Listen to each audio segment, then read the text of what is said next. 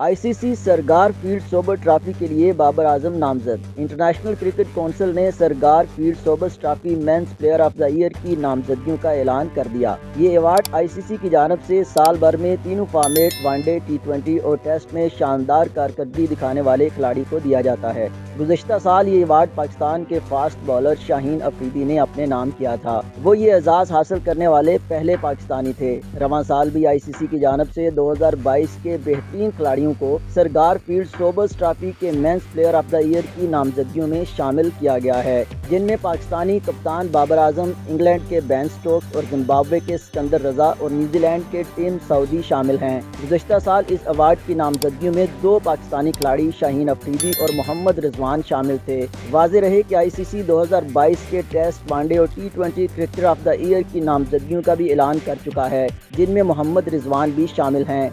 जबकि खवातीन कैटेगरी में ऑलराउंडर निदा डार नामजद होने के बाद बेहतरीन खातून खिलाड़ी के अवार्ड की दौड़ में शामिल हैं।